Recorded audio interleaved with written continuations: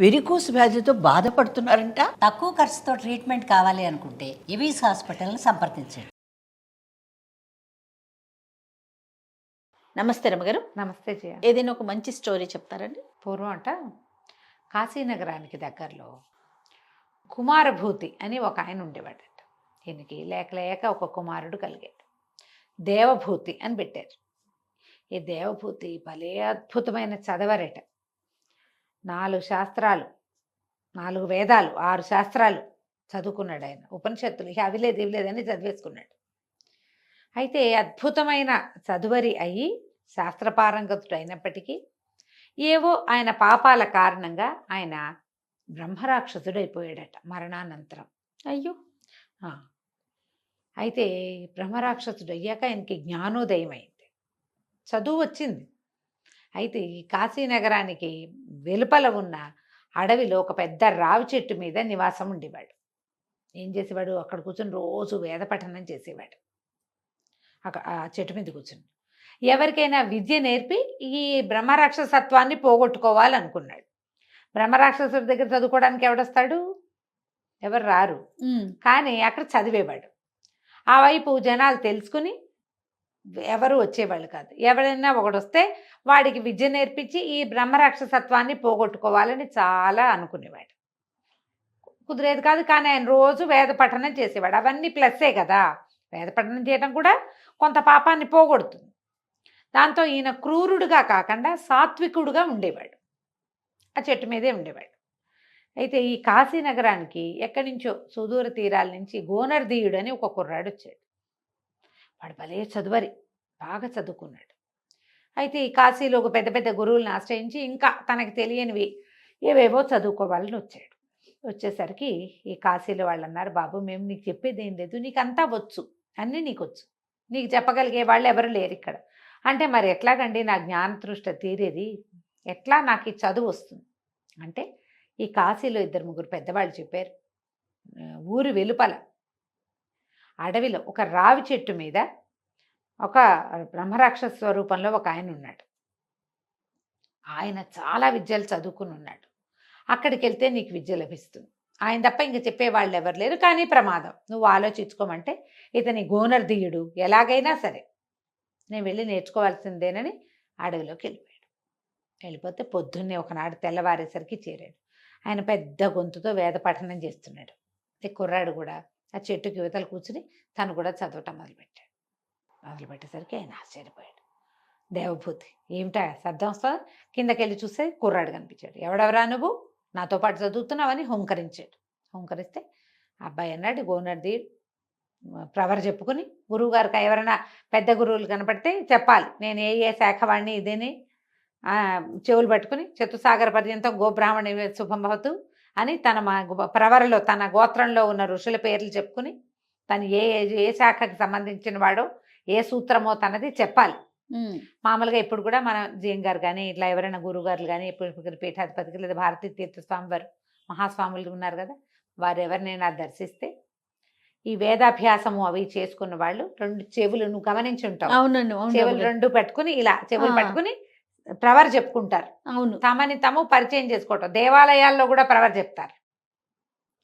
యజ్ఞోపవీతం వేసినప్పుడు ప్రవర్ చెప్పడం చెప్తారు. ఆ తర్వాత ఆ పద్ధతి ఉంటుంది. ఈయన తన ప్రవర్ చెప్పుకున్నాడు. 2 చెవులు పట్టుకున్నాడు. చెప్పేసరికి ఆయన చాలా సంతోషించాడు. ఏమన్నా నాయన ఇంత దూరం ఎందుకు వచ్చావు ఏమిటి అని అడిగితే నేను రకరకాలు చదువుకున్నానండి, ఇంకా చదవాలని ఉంది, కాశీలో అందరూ పెద్దవాళ్ళు మీ పేర్లు చెప్పారు అందుకని వచ్చానంటే ఆయన ఆ విషయము ఈ విషయము చెప్పాడు. ఈయన ఏ విషయం చెప్పినా పడుకోవచ్చు. సాయంకాలం దాకా చర్చ సాగాక తెలిసింది ఆయనకి ఈ పిల్లవాడికి ఆ గోనర్దీయుడికి రాని విద్య లేదు.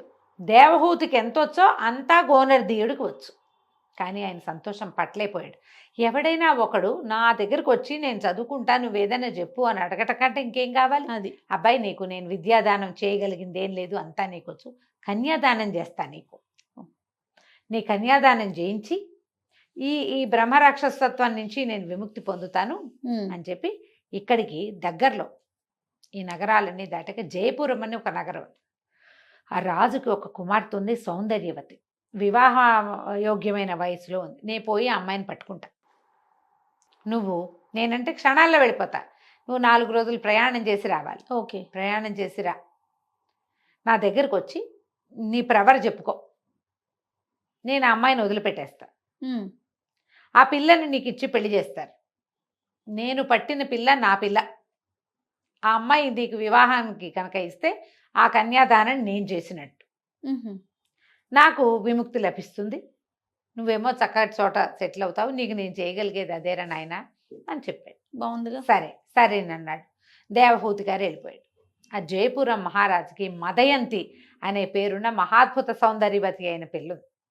మదయంతి. మదయంతి బాగుంది కదా, చాలా. దమయంతి లాగా ఆ, ఉంది. అదే అదే. ఆ. అయితే ఈ మదయంతికి పెళ్లి సంబంధాలు చూడడం మొదలుపెట్టారు. రకరకాల యువరాజులు రాజకుమారుల చిత్రపటాలు వచ్చినాయి. చిత్రపటాలు చూడడానికి యువరాణిని పిలిపించారు.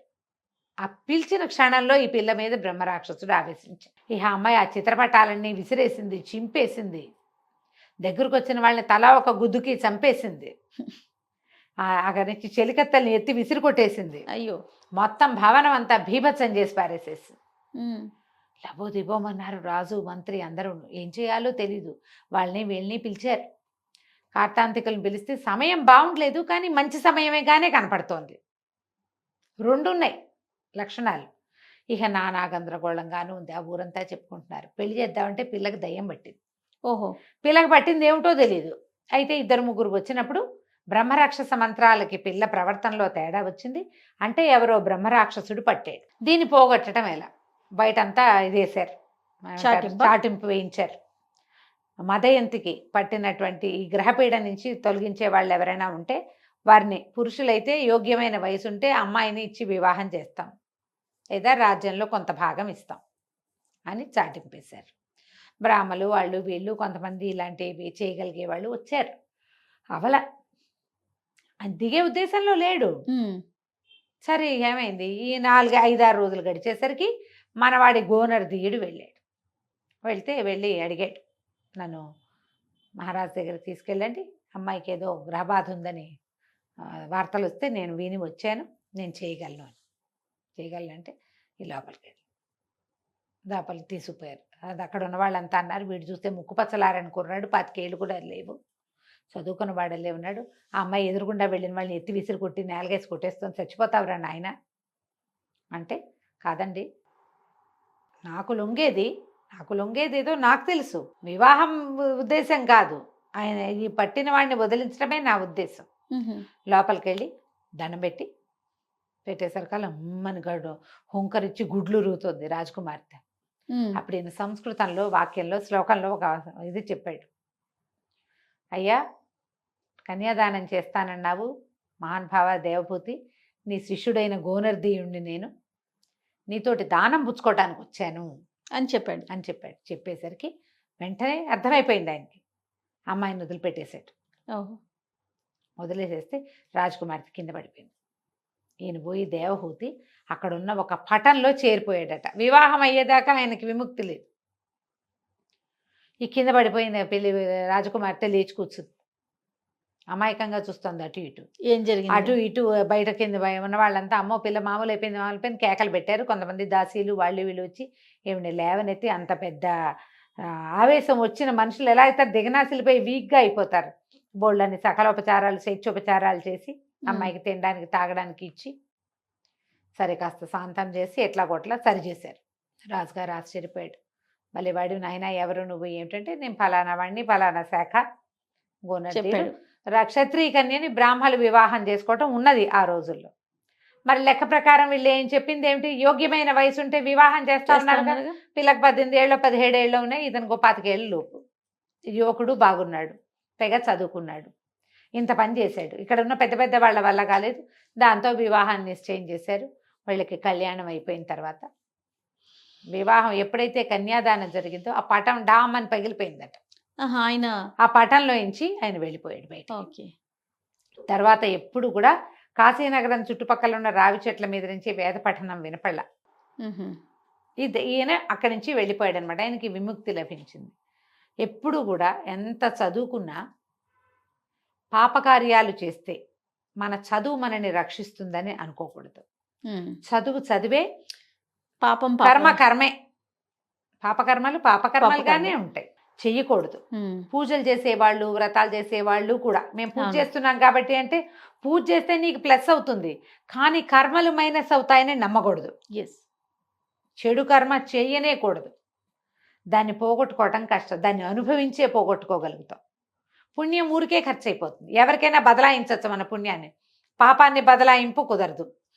ఎవరు పుచ్చుకోరు దాన్ని, నువ్వు ఇవ్వలేవు కూడా. అందుకని జాగ్రత్త పడాలని ఇలాంటి కథలు చెప్తారు. బా అద్భుతంగా ఉందండి. నమస్తే. నమస్తే జయ.